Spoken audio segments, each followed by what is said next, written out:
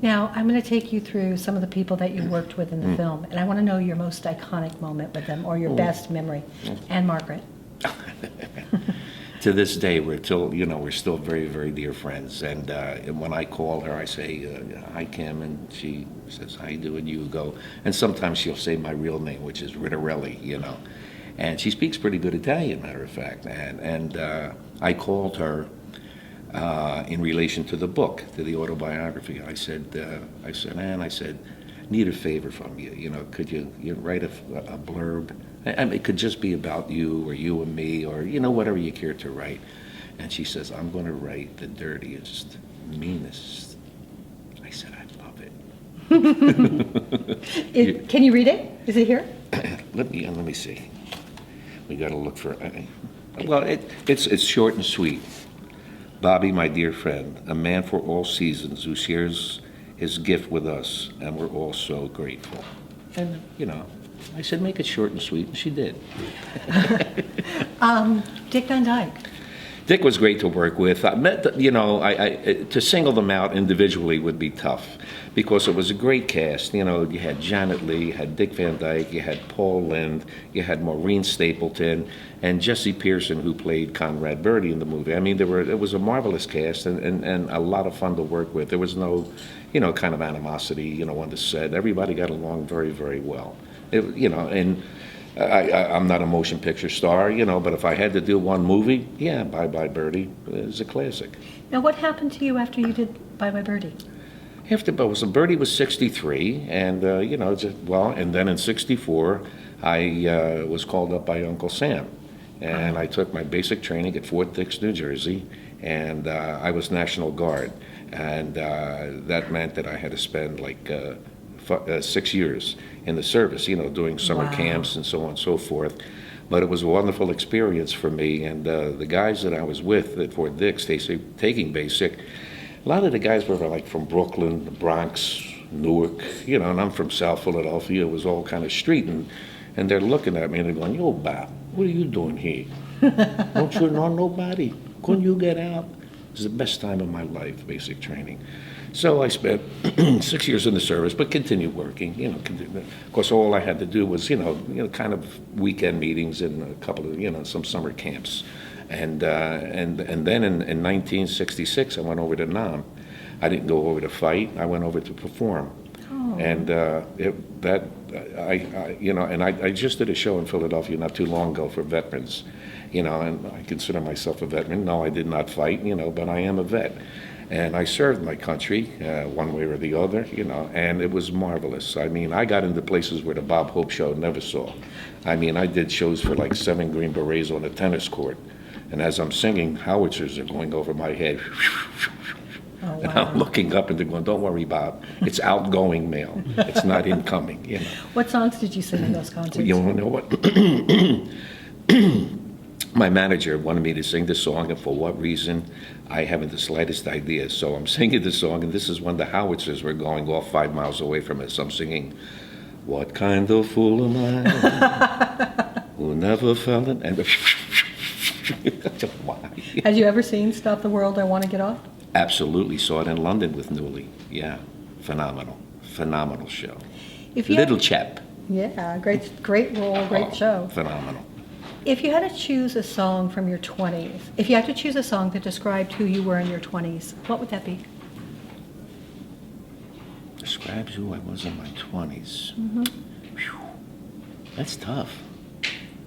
I'm trying to remember. Let me see. I was 17 when I had Kissin' Time. I'm trying to remember what song when I was about 20 years old. I guess around 20, 21 was Volare, Sway.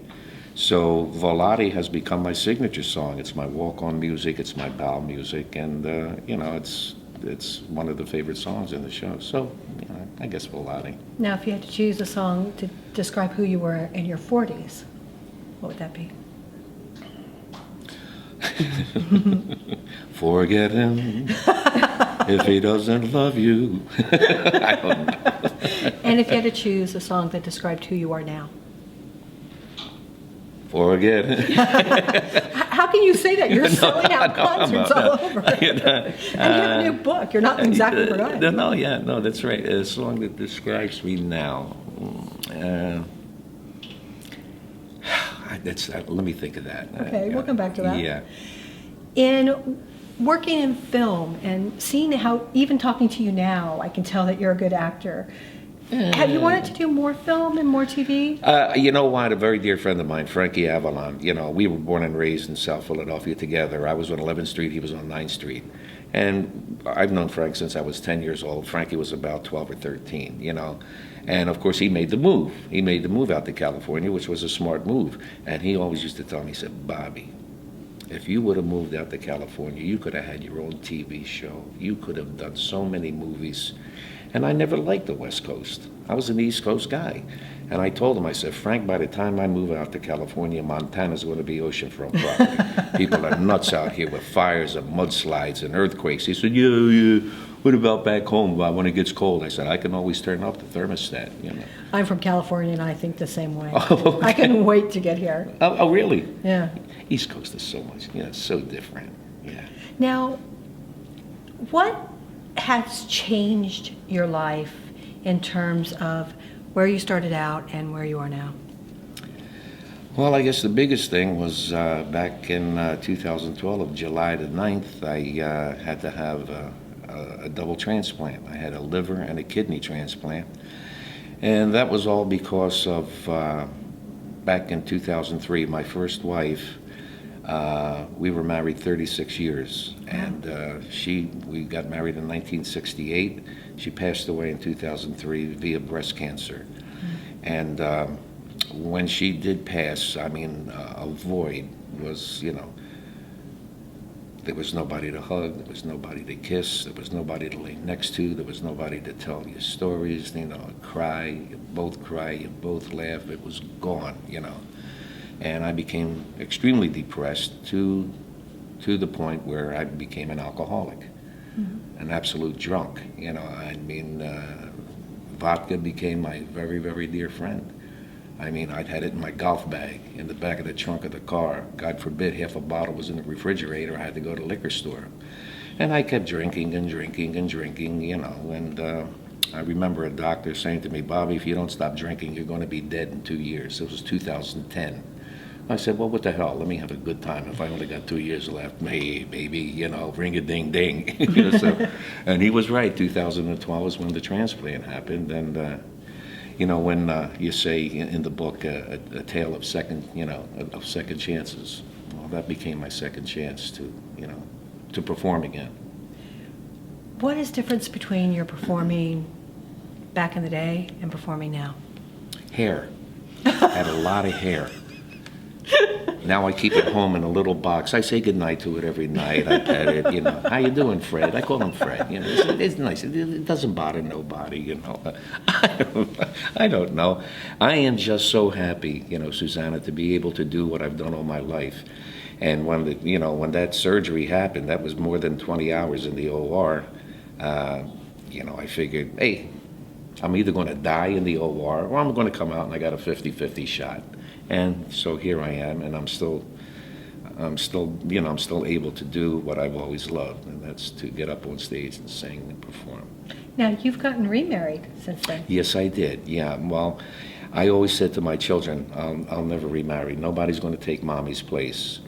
But like I said earlier, once you're in bed and you're alone and there's nobody to hug and there's nobody to kiss and nobody to talk to, And I met this girl, and the funny story about my wife, her name is Linda Hoffman. My fan club president for years, since 1950-something, is Linda Hoffman. And all of the guys... Same Linda Hoffman that you married? No, totally different. Linda Hoffman, the fan club president, Linda Hoffman, who became my wife. And I was out having dinner with about 8, 9 guys. We go, being Italian, when I'm home, we go to an Italian restaurant every Wednesday. So this one girl said, Bobby, I met a girl for you. I think you two will hit it off great. I said, really? What's her name? Linda Hoffman. I said, that's my fan club president. She said, no, it's a different Linda Hoffman. Matter of fact, my wife used to get calls thinking that she was the fan club president. And they would ask for my new cassette to my wife. And my wife saying, I don't know what you're talking about. Well, you know, the new Bobby Rydell. Aren't you Linda Hoffman? Yes, I am. And aren't you the president of the Bobby Rydell fan club? No, I'm not. And isn't he dead? Oh, isn't that lovely when they think that? And didn't he record Mac the Knife? And then, you know, no, it was Bobby Darin, you know. So, and I met her at dinner one night, and we went on a couple of trips, you know, to see how our personalities hit off. And we got married 2009, and 7 years now. And she's wonderful. She's absolutely wonderful. What would you like people to know about you? I don't know. I would say that, you know, I'm a very truthful and very honest guy. I think I'm like kind of the guy next door type of thing, you know. And, you know, when I was, when I went into the service, I was 95 pounds, you know. Wow, You I know, wish. really, yeah, I came out 125. And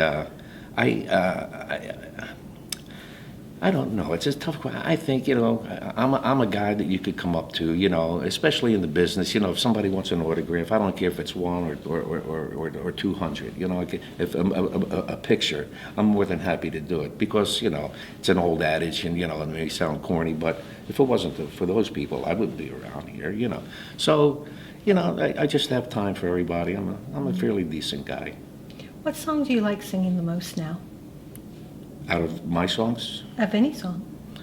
Well, I just finished the Golden Nugget in Atlantic City, and I had a 17-piece orchestra, which was marvelous. I had 3 trumpets, 3 bones, 5 reeds, piano, bass, drums, guitar, Nice. percussion, and 3 girl singers in the back. And of course, I did, you know, a lot of the hit records, you know, that you incorporate in the show. But basically, I sang a lot of the American Songbook tunes because my dad, when I was 5 years old, took me to see Benny Goodman. And my father loved big bands. So and do I. I adored him.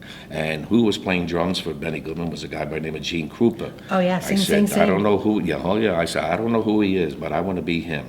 I want to be Gene Krupa, Daddy, you know.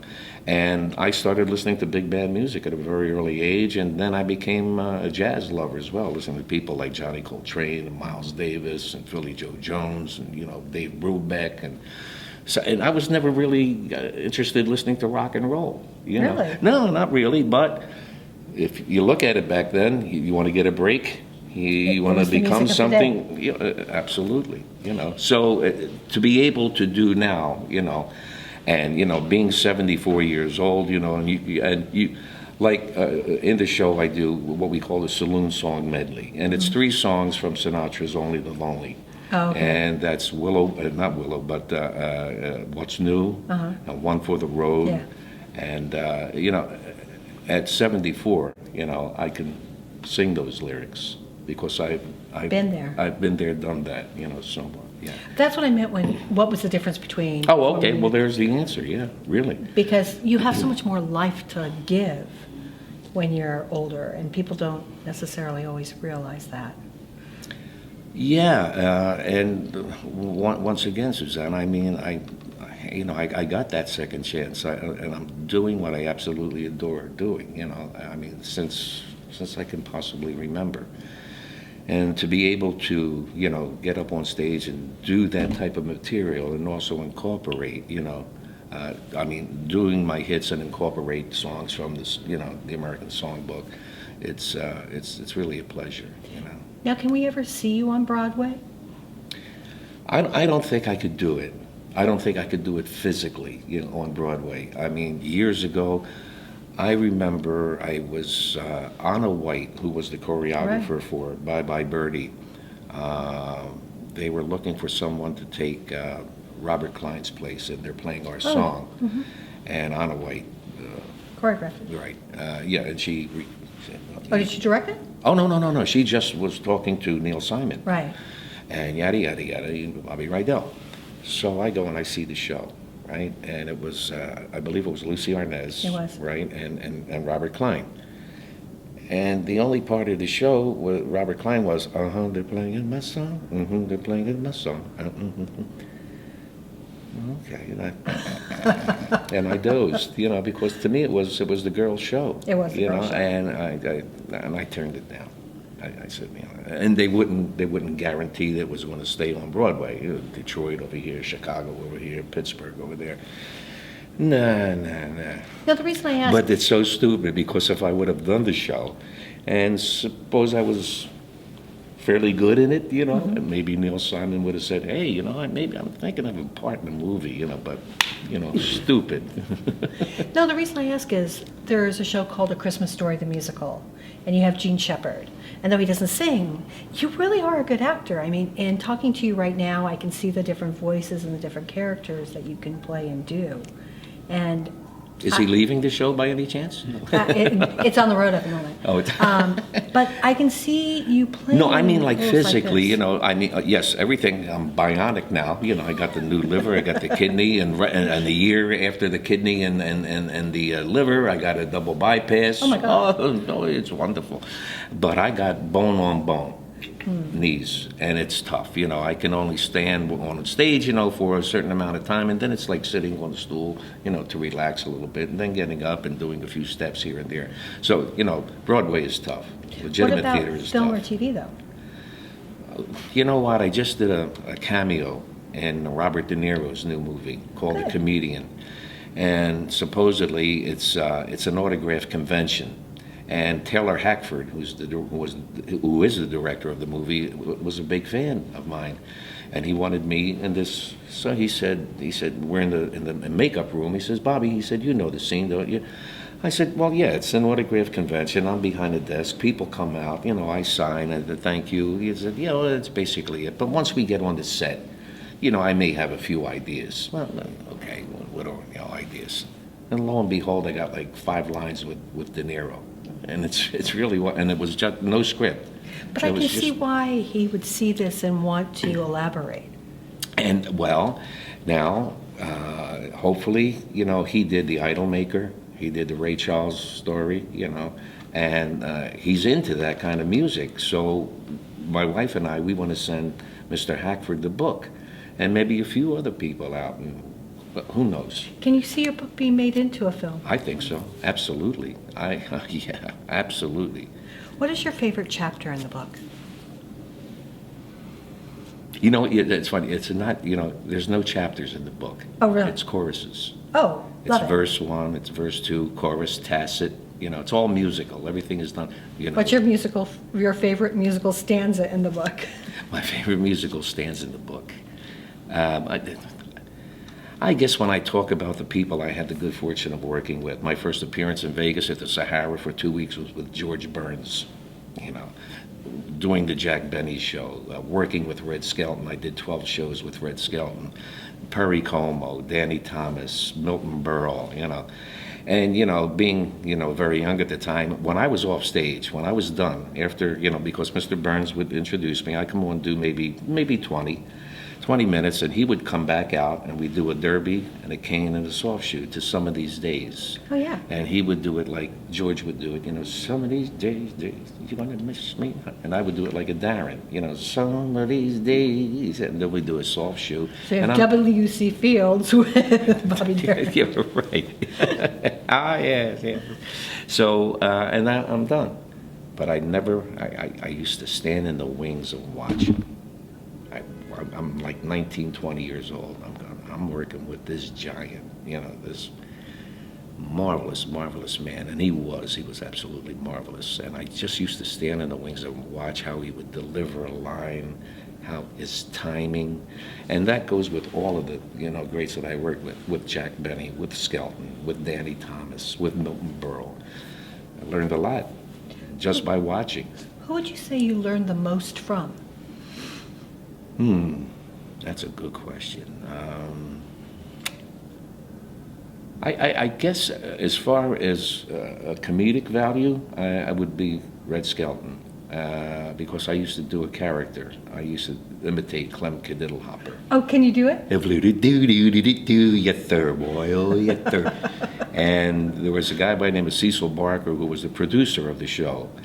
And he said, I understand you do one of Red character. I said, yeah, I do. And now, once again, 18, 19, whatever. And I'm doing Clem. And Red is over with David Rose. rehearsing a song, and he hears me, and now he starts talking to me as Clem Diddlehopper. Oh, no. Yeah, So it was funny, you know. And that would make such a great Saturday Night Live skit. it would, it really would. But you know, I was the only guest to imitate one of Red's characters on the Red Skelton Hour. Wow. He played Clem, and I played his cousin Zeke. Oh my gosh, how wonderful. And he more or less, you know, because he lost his son Richard at a very early age via leukemia, and he kind of like took me under his wing, you know. And I adored the man. I used to love when he would do the pantomime. And I took my children and my first wife Camille to see him, and he did the old man watching the parade, you know, shaking with the cane and trying to salute the flag, and then he drops everything and he joins the parade, you know. And I lose it. I'm crying. My son said, "What's Daddy crying about?" You know. And my wife said, "You don't know how much that man meant to your father." And went backstage, and there he is, you know. And I said, "Well, Red," I said, "you did it again." "What's that, Bobby?" I said, "You made me cry." He says, "Was I that bad?" Aw. He was precious. Are there any singers today or songwriters today that you admire or? No, period. I don't even know who's out there or who Really? wrote them. No. When I'm in the car, I listen to sports talk radio, Sirius 60s on 6, 50s on 5, and then you turn on a little Seriously Sinatra. That's it. I don't know what's going on today. And where can New Yorkers hear you Where perform can- today? Rick and what? Where can New Yorkers go to hear New you? Yorkers? Well, matter of fact, I believe in October, myself and Frankie Avalon and Fabian were going to be at Westbury, which is in Long Island. And then the next day we traveled to Pennsylvania to a place called the American Music Theater in Lancaster, Pennsylvania.